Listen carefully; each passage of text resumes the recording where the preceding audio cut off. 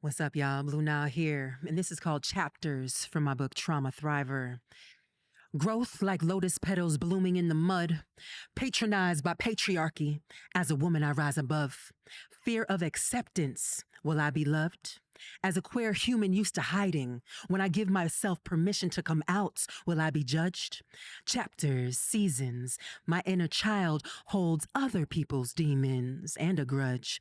I want to free her. I want to be her. I give myself permission to be loved. They go low, we go high. Thank you, Michelle Obama, to see a face that looks like mine. You teach me honor and how I should love my future daughter. The childhood chapter, feeling lost, no father, left alone with unsafe people by my mama, neglected, abused, assaulted. I chose to run.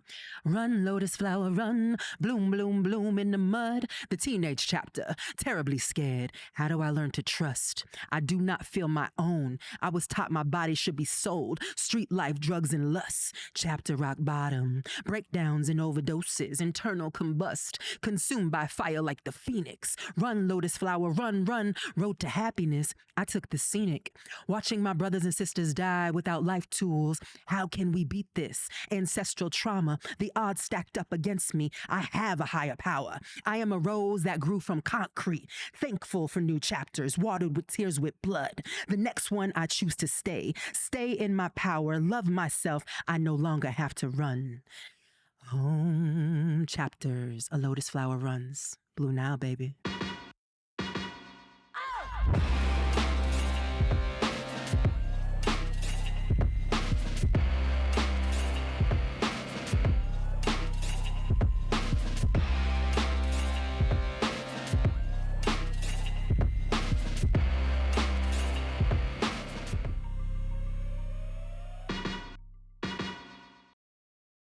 I pray that this episode empowers, inspires, transmutes pain into purpose. This is not a space of grief, of sorrow, or of guilt, of shame. This podcast was created to break generational curses. And that's exactly what we're going to do today. I have a very, very, very special guest joining me. This woman is an author. She's a Reiki healer. She's a music artist. She's a therapist, life coach, a speaker, a mother. Yes. The Blu Nyle. Hello, Welcome hello. to the Don't Recycle Project. Ashe, aho. Thank you so much for having me. Yes. Yeah. I am your host, Pink Rose, and today we are going to have an amazing, amazing conversation. That's right. Ancestors, help us. Spirit, guide us. Let's go. I met Blu. We met online. I think you had liked something on the Don't Recycle IG page. Yep. And then I was like, who is this? She looks really, really dope. Like, I just felt like we, resonated a lot. Yep. And I'm scrolling on your page and I'm like, who is this? Like, we're saying the same thing in your podcast you have. Yep. Revolutionary anecdotes. Yes. And then you have a book, and I'm just going down your page, and you're talking about breaking curses and healing generational trauma. So I had to reach out. Yeah, and I had to invite you on the show. So thank you so much for saying yes to being on the Don't Recycle Project. Thank you. When I heard don't recycle your trauma, my book is Trauma Thriver, right? Okay. So it's aligned. It's aligned. It's definitely a big deal. And I just feel like the world needs people like us who are, doing the work and really like facing ourselves and doing, going to the places that a lot of people are afraid of. Yeah. So I wanted to have you on and just have a really dope conversation. Like I'll let you tell the world who Blu Nyle is, where you're from, where did it all begin? Okay, well, first and foremost, thank you for saying yes to allowing this to be a transparent, beautiful, transmuting space because we need more of this. Blu Nyle, of course, it's an acronym because I started out in music, acting, started in music, rap, and singing. So building, liberating, uniting, new you, limitless empowerment. So Blu Nyle, like where it goes back, ancestors in Africa, the only river that flows upstream. I was born in Boston, moved to New York, moved here and to LA, been here about 15 years. Okay. I am a survivor of a very tumultuous childhood of dysfunction, and I've overcome it. And I'm also a healer and a Reiki master. And 15 years in that, as soon as I stepped on this land, I started healing. Okay. As simultaneously while doing the biggest music stuff with the biggest, but I was literally getting shut down in these sessions with these big music moguls It because wasn't of aligned at that time. the trauma, Yeah. perpetuating that trauma, recycling the trauma, you know, because coming from the streets and hip hop, sadly, a lot of that stuff happens, which now is a lot of it's coming out. Yeah. But that was my world for so long. Okay. Yeah. For those who don't know, what is a Reiki healer? Like what is it that you do in your work? So Reiki is universal life force energy. Mikao Usui was a monk in Japan, but even taking it back, like science, neuroscience, when you rub your hands together, we have an auric field. So as a spiritual coach, as a spiritual person, African spirituality, limitlessness, we channel from the great central sun. Like I radiate light. I alchemy, which is proven where nothing moves faster than light and darkness. You know, you turn on the light, the darkness goes out. You turn off the light, boom. So with Reiki, I'm initiated in symbols and with sacred, but it's the intention, the sound, the bowls, the frequencies, and the channeling through myself, radiating light, you know, unconditional love from the universe. Right. With sacred symbols and sacred, I speak light language and I do light language. So it's a portal of healing and it's incredible. Wow. Yeah, so I'm a somatic healer and I'm certified in Reiki and yoga and breath work. And I am in school to be a therapist, but I'm not an actual licensed therapist. But as far as the certifications of mindfulness, like I'm a mindfulness facilitator. You know, I experience I'm intuitive channel. And ever since I was little, like I see auras and I thought I was crazy until finally I came to the West Coast and then I met my teachers and I started studying with the Lakota tribe and Navajo tribe and plant medicines. And then it was like, oh yes, I have gifts and I just needed teachers to help me guide them. Yeah. When did you like first become aware of like yourself being on the journey? Like, when I was little, my mother would actually set the table for my friends. And my friends were my spirit guides. And like, I could see spirits. And then trauma happened starting in the womb but then, you know, in the music industry, I started drinking to kind of like mask it out. And then drinking and party favors would come into hand. So I kind of just pushed it all down until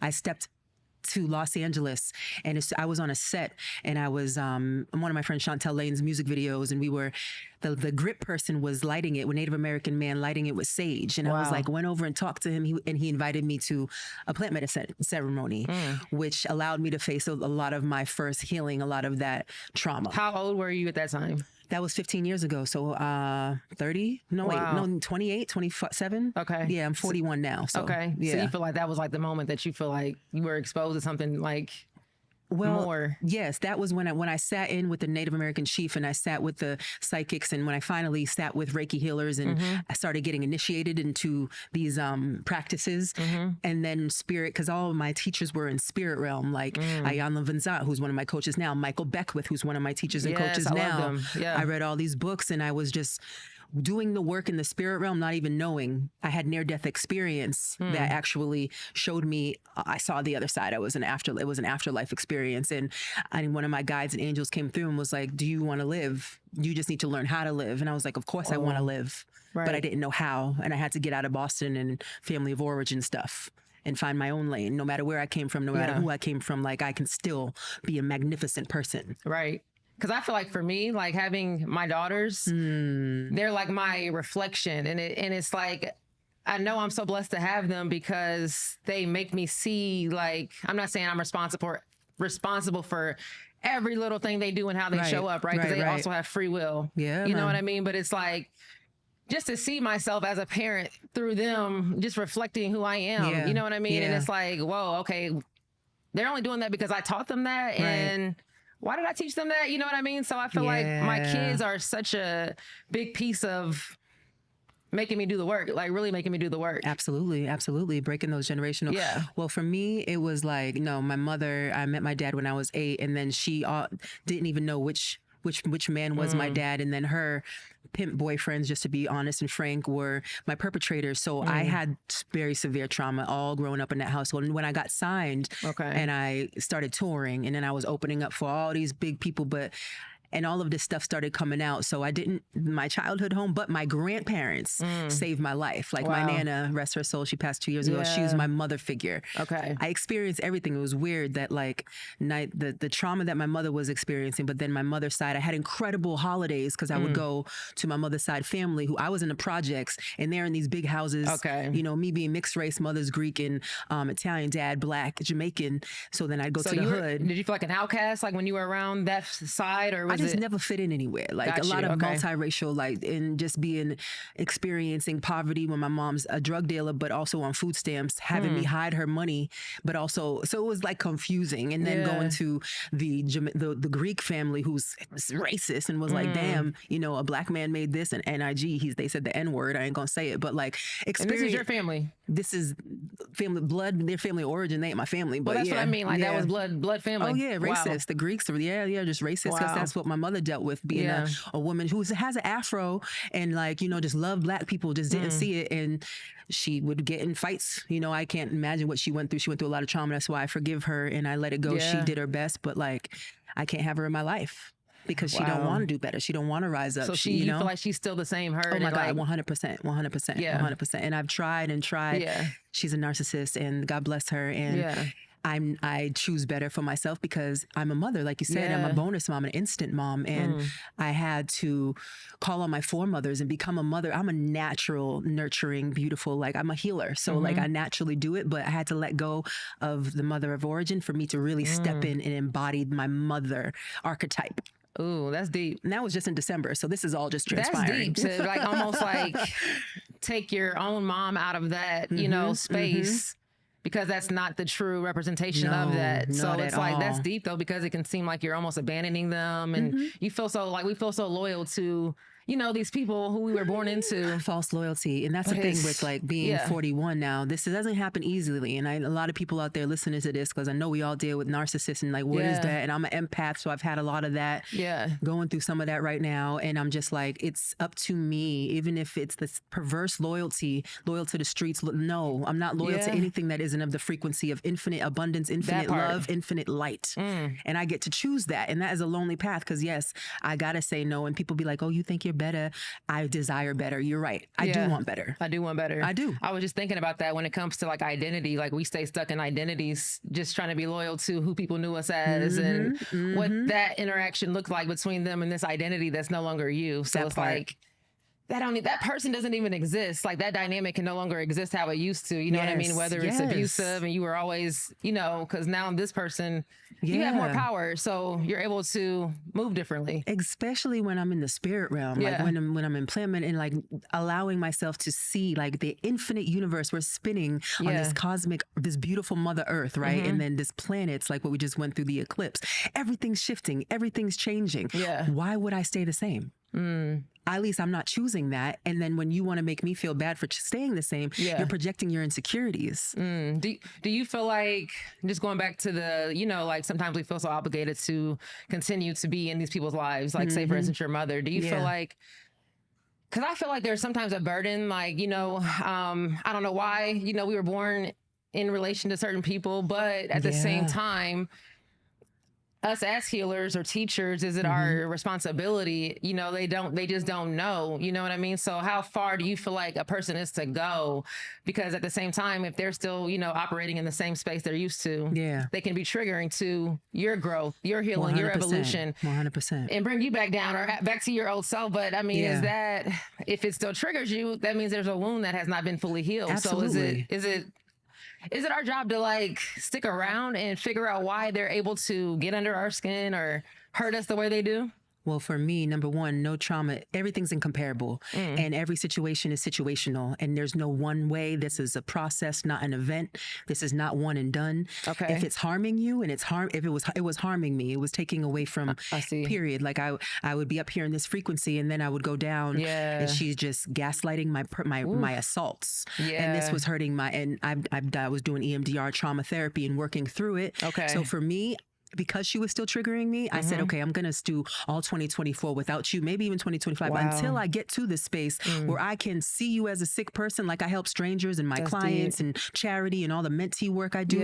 Until you don't affect my body, I cannot be around you. So I'm healing that mother wound by becoming the mother that I always wanted and being that mother for my son that I'd never had.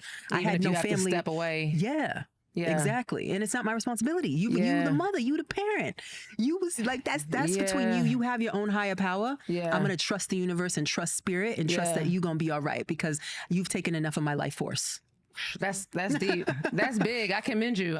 Because I still struggle with that as far as like healthy boundaries. Yes, boundaries. And just knowing like, okay, I don't owe you anything beyond this point. You know what I mean? And just understanding what that looks like for myself, so I can continue to heal and just unravel, a lot of the things that have happened. But there's so many blessings too, though. Let's talk about the music. Yeah, Let's talk about the artists. Yeah, baby. Man, so many blessings. I'm so grateful for music. I'm so grateful for the transmutation, like alchemy, putting pen to paper, from lead to gold. Like that's what transmuting the energy, allowing me, like, I've had such an amazing journey. I have no more idols because I've met them all. And sadly, most of them are disappointing. Okay. But now, like, people that I look up, like TV and film, like acting, I'm so excited about. Yeah. And I love music, and I'm going to keep creating. I'm limitless, but, still healing a lot of that music industry stuff because I experienced a lot of what's... How did you get into the industry? Like, what was that like for you? Like, you got signed, like, what was it? You were 16? Okay. I was 16 years old. How did that happen? Well, in Boston, like, I was performing and rapping, and we did our demo, on our karaoke machine. We got signed really easily, actually, but it was a gangster. We had this manager. He was a gangster, a concert promoter, and then I started opening. I was on tour with Ja Rule, 112, and Diddy, and all these people, and it was wild. It was wild, and I saw too much, and I had a nervous breakdown, just to be honest. And that's where that started. And then I got stuck in the record deal, and my group members, forever amends on that, because I had to mental health. So I had to like quit because I had so much that happened from childhood, and then it just perpetuated and recycled into the music industry. Ooh, that's deep. Yeah. So, I mean, it was beautiful. You were running into the same kind of people in different... Yeah.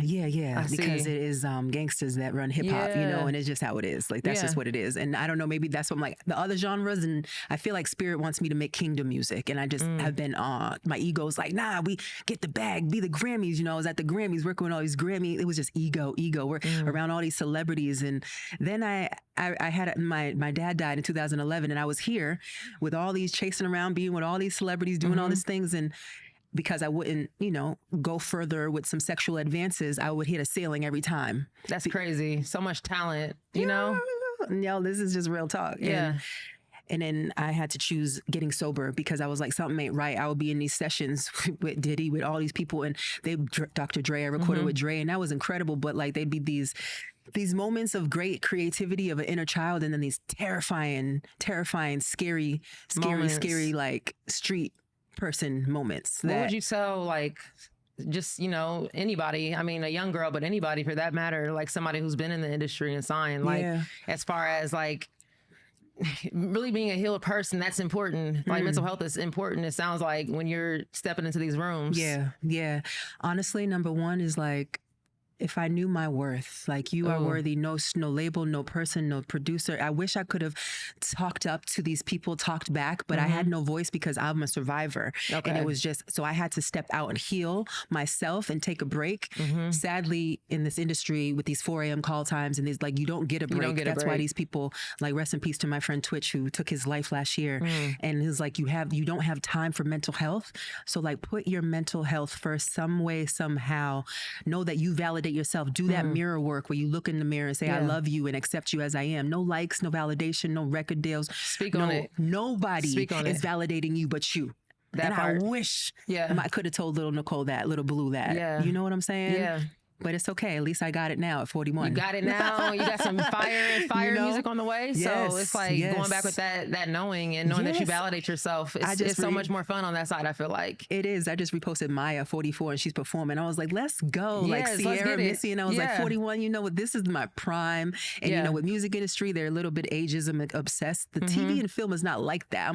We be on our Cicely Tyson, and just like. There was like a meme, and I seen it was like an older lady, and it was her first role in Black Panther. Yes. And she was like I'm like, what? That's crazy. The fact that she had a headshot and really believe, you know what I mean? That's so dope. We're limitless. That's and so like dope. Doing voiceover and then learning all of the ins and outs of Hollywood. And I love voiceover and doing that and being like, wait, all of these fears and these judgments, like letting you validate me when there is no limit. So I got to get a control of my mind. That part. I got to get my control of my mind and affirmations and breath work and and just really reprogram every doing the moment. work. Like what we were just doing, where it's like, no, I'm not nervous. I'm excited. I'm reframing your mind. Yeah. I'm powerful. That's why I got all this powerful energy surging through me. Yeah. You know? Yeah. No, that's very true, because you'll disqualify yourself from so much amazing things, so many amazing experiences. Like I almost just was about to tell myself I'm nervous, and I'm really not nervous. I'm like bursting with energy right now, because this is what I love to do. Yes. And I get to do it. So it's like, I can't sit still. And it's we get to be divine mirrors, and I get to speak into you and be like, sis, I see you, and thank you. And let's keep on empowering each other versus competition. I don't compete. Like my only competition is who I look in the mirror, period. And I mean that. And I wish more women meant that. Yeah. Because that's where, like, you know, the male female thing and all the isms that we were talking about before, like I wish for real, especially Black women. Yeah. Like, let's speak on it. Because Latinas, like, they support each other to get to the top. Yeah. And I just got to be honest, I really have not received the same love from my kind. Being light skinned, the colorism, green eyes, all that, like that stuff that's so from that's not ours. Like we're letting the isms separate us when we need to come together of the diaspora. You know what I'm saying? I feel that. I do. I feel that. And I just feel like I love everybody, and I just feel like there's a place for, you know, I feel like we do need to come together more. Yes. And I just feel like everybody, you know, as we, you know, expand our awareness, everybody, we're so much alike, so different, but we're all so much alike, just trying to like wake up daily, find out, you know, what makes us happy, stay happy. So it's like really, again, going back to our mental health, protecting that. And just staying above the BS. You know what I'm saying? I try to like stay above the BS. Like that part. Without associating with too many like narratives of what's wrong, because I just feel like that puts me in the victim seat. Yeah. And I speak on that a lot, but I just feel like as I expand, everything else gets smaller and smaller. And that's in a sense of, as I realize that everything is me. This is all God. Everything is moving in alignment and divine purpose. Yes. Nothing is really on the outside. We're not separate. You know what I'm saying? So really understanding that for myself has been like, well, God is everything or God is nothing. Exactly. There's no black or white, you know, it's like, it is, you know what I'm saying? So when I'm still grasping that and wrapping my mind around it, because I find myself, you know, looking at this and that and me or them and they, you know, and it keeps me in like this survival mode of like, people like just being afraid to open up, afraid to be vulnerable, afraid to just, you know, walk around the world and be. Well, the human experience where it's like, for me, I live a vertical experience, like spirit, like as a channel, like I can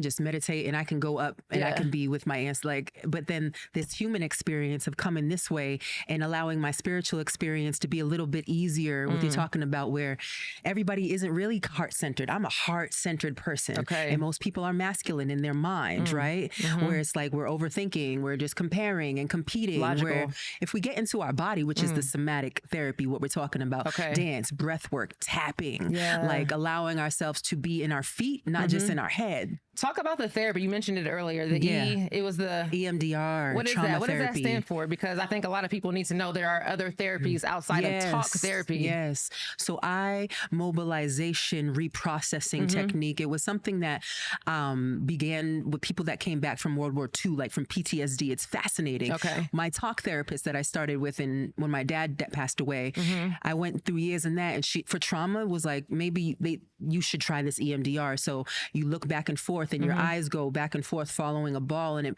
directly allows your brain to go back to the amygdala, where the fear-based, and to open the portal to reshape and reframe all those thoughts that are back there, and to get me more up in the frontal part of my brain.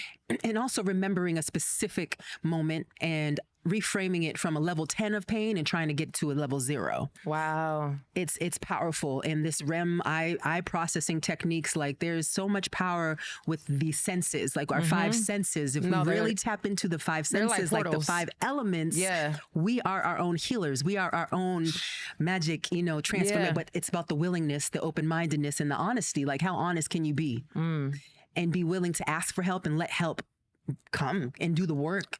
You know, It's like, scary sometimes, though. It is. It's like I understand when that. you realize how much help you need sometimes, it's like, I got to do what? And that's why Spirit's like, I'm such a transparent soul and I'm so honest, and I intimidate a lot of people with my honesty. And, you know, being hella New York, and like, as well as just y'all New Yorkers, y'all. We keep it real. Y'all keep like, it it's cold. yeah. We ain't got time to talk Y'all some don't got trash that time. we don't mean. Y'all Like, don't have time.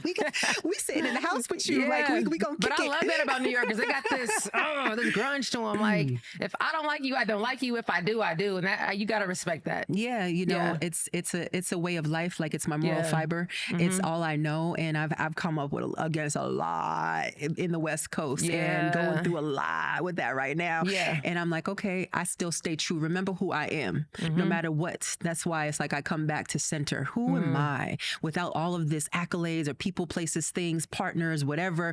Who am I? Nicole Yiannopoulos, Blu Nyle. You know what I mean? Oh, remember that. Remember that little girl? Like, I put her on this Trauma Thriver. This little girl. What do I want to do for my inner parts, my inner teenager? Like, come home to me.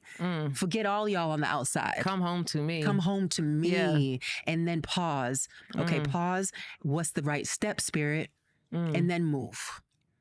Don't, you know, because I went through so many times shape shifting, trying to make people happy, or maybe I should dumb it down. And I'm like, you know what? Right. Y'all, that's not my fault. Maybe we just ain't compatible no more. That part. That part. You and know? that's okay. Yes, it is. And that's okay. Yeah. It is. That's real.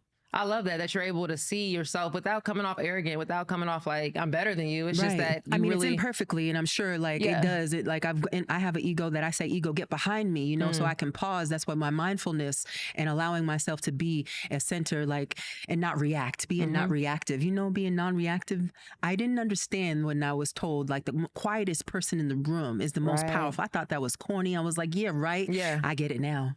Yeah. I get it now. Yeah. Because it's so true. It's real. It's real. Let's talk about your book. Yeah. You just mentioned it. Trauma Thriver. I'm glad I get a copy. Yes. I got a guess. Trauma Thriver. So what is this book? What is your book about? Man. This is me, the mess to the message, putting my trauma to rest. That's me, little girl. I started dancing at the age of 2 and 3. And, you know, I had already experienced too much trauma already at this little age. And having my son, I'm so grateful to be an instant mom. He's 5, and like just with him yesterday, like I could never, he'll be 6 this year. I could never imagine harming him, but I was harmed. So I kept it real, and there's trigger warnings because I put it all in there, but it all starts from what I went through, and then it alchemizes it into the inspiration of how to get through with every poem. So 34 poems. So the you have mess to the message. solutions. Solution in every single one. I keep it real. I keep it 100, so that I wish when I was 17 and surviving assault already and all that stuff, that I would have read something that knew that I wasn't alone. Because as women, they're like, why don't you speak up? Why don't you know? Yo, you get traumatized silent, son. Yeah. If it ain't happened to you, don't speak on it. Like, I believe I chose all this before I came. Like, when I saw the spirit realm, and I'm like, oh, this is a matrix. This is a game. Yeah. Earth is it's a matrix and a game. And I chose my parents. I chose the place. I chose my gender. I chose this. That's the mind freak of it all for me. this. It's like, some days I lay there and whatever I'm going through, I'm like, I really chose this. Like, I'm still choosing this. Yes. Like, I'm still choosing every day. Like, everything is still a choice. You know, it's just becoming more and more physical, because right now I'm choosing my next 5 years, whether I believe it or not. I'm still creating my entire experience based off of my choices, my decisions, my healing. You know, whatever I don't do or I do is going to show up. Every choice has a ripple effect of a billion different reactions. And if you want to like really zoom out, and like the universe, we are the universe. Like new galaxy appears every day. Like I'm fascinated with that. Me too. I love physicists and neuroscientists, and like how the mind body, the proof of the brain and heart coherence. Now this is another topic which I wish more people would get into. Let's talk but about if I found coherence, meaning cohesive flow between my brain and my heart, my frequency literally rises. I can literally, you know, people talk about manifestation or whatever, that orgasmic bliss where, okay, like I'm feeling, my actions are aligned with my words, and my brain and my heart are one. So that's not, just imagine that. Like, I don't know about you, but I meditate a lot. So this doesn't happen a lot. I've been going through some grief where sometimes it does, but when my brain is monkey racing crazy and my heart is calm and trusting, so then I meditate, I do affirmations, I tap until I soothe my brain and get it calm until my body's cool. And now I have brain and heart coherence. And now I can move. I choose to move heart centered. Now, in a world of brain overthinking, not necessarily good intentioned people, sometimes it's not safe, but I trust universe. I trust I'm always protected, and I like to move in my heart. I feel like the heart is like intuition. Mm-hmm. If I really had to compare it to like a feeling, it's just like that inner knowing of, you know what I mean? And the brain is what holds the data that the heart kind of references. Like, but I feel like the heart really knows. Like, Well, my stomach is the intuition. There's the nervous system that's in our stomach, true. which when we're breathing into our stomach, like the nervous system in our stomach actually calms us. So a lot of people don't even know how to breathe. They go get more medication. Very shallow breathing. When you breathe in the nervous system in our throat, shallow breaths causes anxiety. So you got to pause and breathe into your feet and literally like, this is like the breath of life. Just learning take a how deep breath, y'all. Everybody just take a Yes. deep breath. Learning how to breathe, right? Breathe into our stomach and allow ourselves to calm and trust our intuition, our soul, which is our inner child, which lives in our stomach. Our heart is our biggest energy field, our biggest energy portal in our body. And I wouldn't say the heart is my intuition because the heart is so pure that my stomach is my intuition. I got to feel it deep in my gut, in the bottom of my root chakra to really feel that. But we're all different. We're all different. You know, and that's okay. But it got to process through all the bodies. We have 12 different body systems in our, or more. Outside of just the brain and the logical the thinking emotions, and the skeletal, really the nervous feel systems. what you feel, the energy of what it is that you're thinking about or contemplating about. I really go off of my feelings. I try not to be in my feelings, but I really try to be aware of my feelings. Well, I think like the healthy dance of it all, give a container for you. Don't. A lot of us like to compartmentalize, and as a heart-centered person, I don't really do that. But like, feel your feelings because if we don't, they're gonna come back and smack you some way or another. But it's like, give it a container of 30 minutes. Like, do I get to cry? Am I scared? Am I vulnerable? Am I shame? Am I feeling something from? What are you feeling? Right. Yeah. And then like, feelings are beautiful. Feelings are powerful. Well, I think too much abandonment from our feelings has got the world to what we're at today. I got 3 words I want you to give me, like what comes to mind. Okay. Surrender. Allowing. I love that. Allowing, being open, peaceful. Letting the universe, letting it flow, water, laying in the ocean and not grasping, just floating. Yeah. Just floating and trusting that I'm taken care of as a dolphin and surrounded by sharks and orcas and all this, but on my dolphin energy. Yeah. I love that. Patience. Humility. Mindfulness practices, allowing me to look in the mirror and bring the focus back home to self. And then just pause, live in pause land. I love until that. further notice. Yeah. Just wait on it. Yeah. Spirit guides of love most high. I'm a pause and help me when I want to react and just, nope, I'm not going to move until serenity enters because that's an old me. That's an old behavior. And I don't want to be ratchet. I don't want to have to pop off on you. I love that. She's there. The tiger's in the cage. My jaguar and my Black Panther's ready to go. But I just want to. We don't have to. We don't have to. You don't have to. That's too much energy. Channel it into something like this. Channel into some powerful creation. You know? Love that. That's the. I'm gonna remember that. Right? I love that. Right? Sacrifice. Ooh. You know what? Sacrifice is literally breathing life. Life is sacrifice, which I'm really understanding when, as a person who I have give so much charity away, my life is a sacrifice. I mean, sacrifice is something that in order to live a purpose in this world or even have any healthy relationships, have any relationships that have value at all, there's going to be sacrifice. You can be alone. You can be cool, like alone, cool. Yeah. You don't have to sacrifice nothing. You can live in your self-centered world and be selfish. But if we want to actually have human, loving relationships, there's sacrifice. It's funny you say that. I was literally on the elevator coming up upstairs and there was a guy who accidentally got on with me. And he looked at it, the numbers, and he's like, crap, am I going up? And I'm like, yeah. And he's like, I'm meant to go down. He's like, I guess I got to write it out. And then he's like, what goes up must come down. And I'm like, I'm thinking about it, and then I start thinking deeper about it. I'm like, what goes up is the sacrifice. You know what I'm saying? And then that can only come down. You know what I'm saying? It just went to so many levels for me. Like, wow, like we can't get what we don't give. So that's something that I'm like Universal sacrifice. universal laws, like really tapping into the universal laws. Like we talked about, the first law is free will. Free will. Free will. So like, honestly, when people are like, how is there a higher power or spirit or whatever you want to call it? I study, there's 450 plus religions, you know, I'm a student of all of them, but I go straight to source because all of that is just, is getting, is, you know, some of it is just tainted. You can't go wrong going straight to the plug. But the universal laws are one that we cannot disagree with because this is literally proof. Yeah. So like the law of relativity, the law of cause and effect, like you talk about what goes up must come down. Period. Yeah. So like the water seeks to the level that it's at. So if I am committed to live to my values and be a woman of integrity and honor and love, and that's how I'm meeting you. If you don't meet me that way, well, I have to assess and move on, but not lessen my values. Period. That's what I'm going through right now, where it's like, dang, okay, because I did a lot of lessening of my values. As we learn who we are, we're like, wow. And as I heal, like I'm in my body for the first time in my whole life because I did an 8-hour intensive, 3-day intensive last September of EMDR therapy, which was a graduation out of that because I did 5 years of that EMDR therapy. Now I'm good. Okay. And I literally reframed it and I protected. I went and Sankofa, which is a Ghanaian proverb where it's like we go back and fetch, go back and fetch, you know, go back and fetch. So I went and I got my teenage self, inner child self. And as me, Mama Blue, my son calls me Mama Blue, brought her back. And I actually murked those perpetrators because you know what? Somebody should have, but you know, forgiveness, God bless them. I murked them. And that's just real EMDR when you reframe it.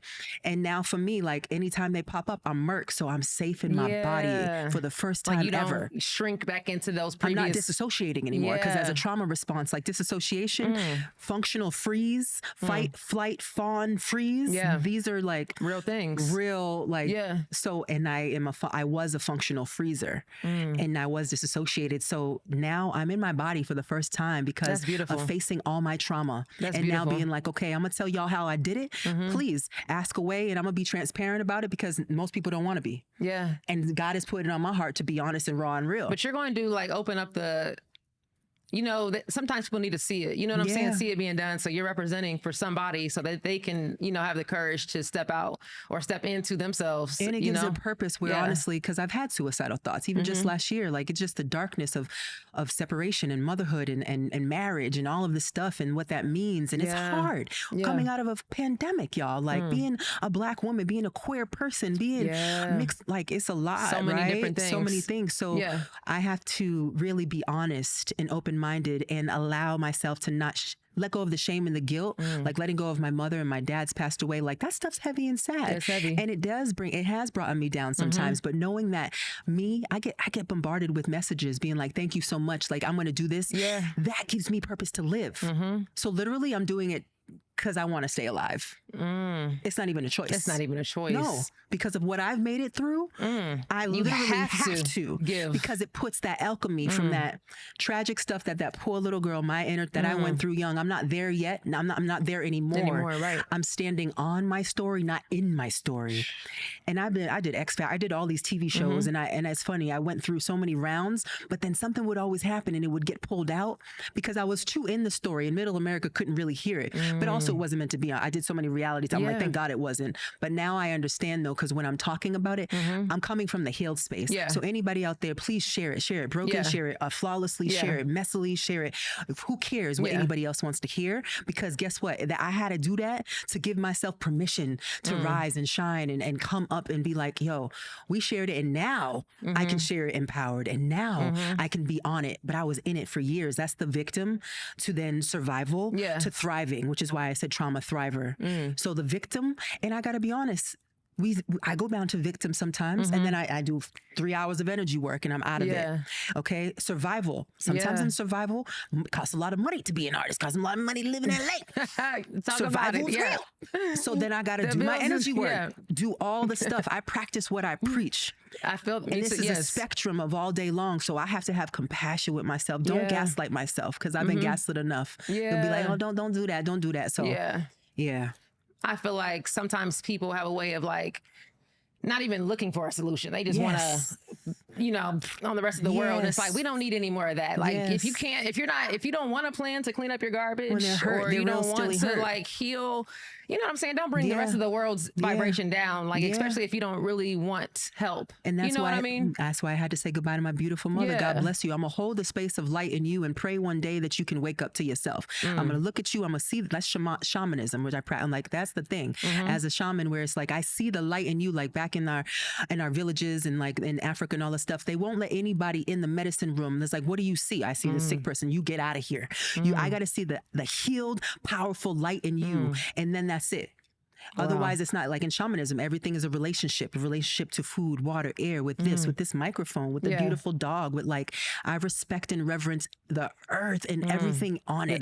The divinity and everything. And I'm going to choose to see you like that. And if you can't see yourself that way, well, then I'm going to have boundaries. Like we talked about earlier, bringing it back, where I'm not going to keep letting you hurt me, because I'm not going to climb into the ditch now to pull you out. I'm going to shine this light. And you going to climb yourself out. And I'm going to be here to hand you a towel so you can wash your own self off. Even if you think I'm hurting you right now, or I'm leaving you or abandoning you, I'm not. I'm actually making you see yourself and realize you have the tools. Oh, and this divine mirror, honey, let me tell you, they don't want to see it. A lot of people don't want to see the people I love the most in the world. And I'm like, I wish that we could probably just allow ourselves to be our raw, truthful selves without all the masks and the ego. But the ego is not the amigo. But you know what? We got to make it our BITCH. Yeah. And I mean best friend. Yeah. Because my ego, my dog, I love my dog, my best friend. Guess what? Get behind me. Yeah. Because I'm here to learn. I'm here to elevate. And I'm here to be great and help somebody else wake up. And I want to wake up, because I'm a teacher, but I'm a student for life. And I pray to God that I can, just like with our foremothers, Toni Morrison and Maya Angelou and all these people, where Oprah was the first person who inspired me, where I was like, dang, and Tina Turner. I was like, my mother. I love Tina. My mother went through a lot of that with the pimps and stuff, but my mother was the broken version. And I saw Tina Turner go through that and be the healed version. And I followed that. I started chanting Nam Myoho Renge Kyo. And that was the beginning of me waking up. So Tina Turner was actually the first spiritual experience. Yeah. Bringing it back. Yeah. That's when I started chanting it. Yeah. And I think she woke us all up. She did. A lot of the ones who were stepping into the path, you know what I mean? Like we look back and that's like such a vivid memory of my childhood for some reason, because it's not a childhood movie, but why was it, you know what I mean? Like, well, it's not really a kid-friendly movie. I don't know where you grew up or if you had powerful women to show you, but like when, like you talked about, most of it is sad. Like I grew up in the projects where there's crackheads and there's broken people and everybody selling themselves. And so to see a powerful woman go through that and then get herself out of it and rise, that was the first time I ever saw that. And do it bigger and better. So even if you didn't have a direct example at home, when you saw that movie, you had to see it. You know what I mean? It made me love TV and film. This is why, because like this is a time portal. Like TV, film, music. Like it's an emotion. It's emotion machines. You know, where we make you. It was just since I was little, I would record. The VCR, HBO and Cinemax, and I would record and make my own movies. Wow. You know what I mean? And like I fell in love with it because I realized that I can have my feelings and shapeshift them. Through this art mechanism. Yeah. It was like playing, like it's a new art. That's so dope. What about church? Like, did you grow up in church? What is church life now? Like, because I find myself like on this path that can get kind of lonely, like isolating, growing up in the church. You're used to this congregation of people that you can, relate to, whatever that means. But when you go on the path of spiritual awakening and just healing, and it feels like you're so alone. There is no church really to go to. Like the church is within, and it's like a very isolating and lonely place. So what is church life for you? I know you mentioned Michael Beckwith. Yeah. So I got into church, like I met my dad when I was 8, and he had a double life, the gangster drug life, and then he was in the choir and working, and I got baptized, all that, and I loved church, but also I was always a free spirit, and I had a relationship with spirit from the young, so I was always asking, like, so what are you talking about? How Jesus is not supposed to, like, you're not supposed to be gay, and the reverends, they would just ignore me, and I'm like, that's actually not what Jesus was saying. Like, do you know that there's no gender in the spirit realm? So I was saying this stuff young and just cool about it. And then I've been baptized 3-4 times, and I've just always been seeking and on that journey. And then when I finally realized, I found agape, which I love agape, and Michael Beckwith, which is non-denominational. And it's more about like like science and the religion. I study the teachings. I'm a student of the teachings of Buddha, Jesus, and Orishas and African spirituality. But really, we all portals and can go straight to source. And I just, as a rapper, as a poet, as an artist, I have have a story to tell. We all got a story to tell, and I also know how to say it, sing it, and rap it and dance it. So it's gonna come out in some form of art. Yeah. So Michael Beckwith has been like, and he prayed over this, and I just love him, and I like he's who I look up to now. Like I feel like being a minister is in my path, and Ayana Vincent, who's one of my coaches as well, who was like had a lot of, when I got to work with her, and I learned she just like me had a near death experience, and the angel came, and I was like, okay, so all of these synchronicities where my church, my body is my temple. I do go to Agape. I'm in the choir at Agape, which is a church here in Los Angeles that is all love, and it's all empowering you to know that you literally are the church. You are love. No matter who you love. I love that. Limitless, just unconditional light. Like that is what my higher power is, that most high. Like God has a bad, people like, oh God, what are you talking about, Christian? Da-da. I'm like, that's why I say the divine, the limitless source spirit. Like I'm a spirit in a meat suit, and I love my body temple now. I take care of my body temple now. My temple is my church. Everybody don't have access to my, Yeah. I love that, because even you mentioned sexuality, just the different views and the freedom to just be, that's definitely not the traditional church. Right. So even that like concept to just be like a place for people who are just free, non-judgmental.